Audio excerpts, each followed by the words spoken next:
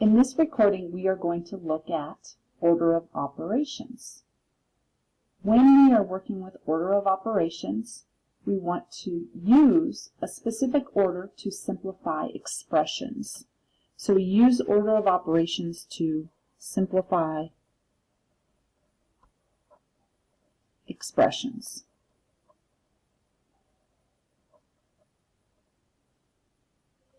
Order of operations is first completing what is inside parentheses, then we simplify exponents, then we do multiplication and division.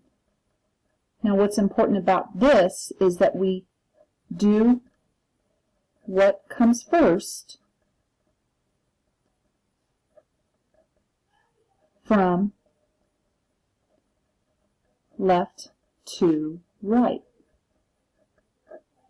Then we finish our expression by doing addition or subtraction. And once again, we do what comes first from left to right. So let's take a look at an example. Our example is 12 divided by 4 plus 2. So when we simplify expressions, we always start from the left. So we have 12 divided by 4 plus 2. So right away we notice we have division and addition as our operations. So order of operations tells us first do parentheses. There's no parentheses, so then we look for exponents. There's no exponents, so now we go to multiplication and division. There's no multiplication, but there is division. So we do 12 divided by 4, which gives us 3. And since we didn't do anything with the plus 2, we bring that down so that we can take care of that step next. And our last step is 3 plus 2, which is 5. And that is our answer. We can also use order of operations to simplify or evaluate expressions.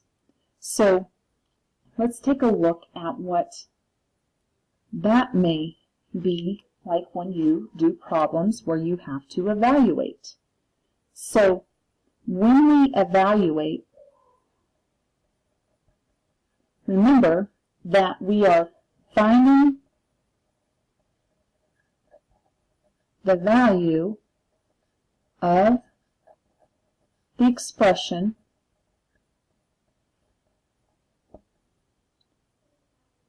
when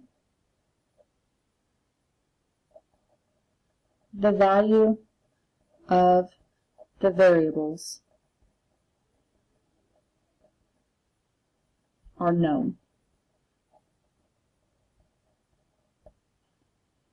So let's take a look at this.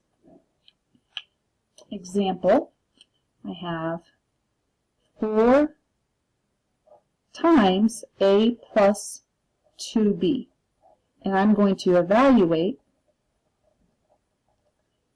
when a equals 3 and b equals 5.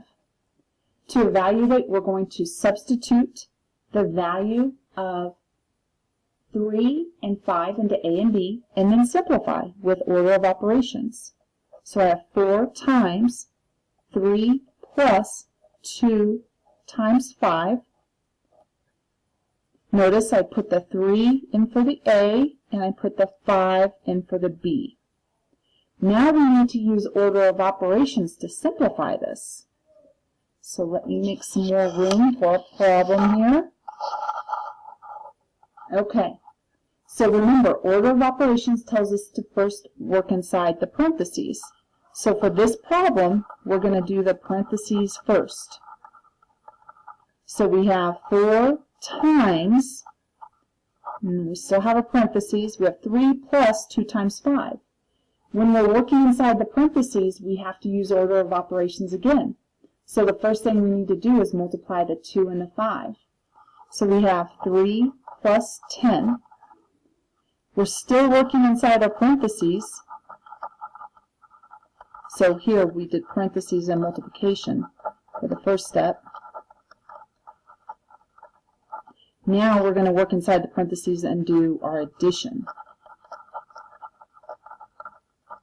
So we get 4 times 13. Now we need to do multiplication.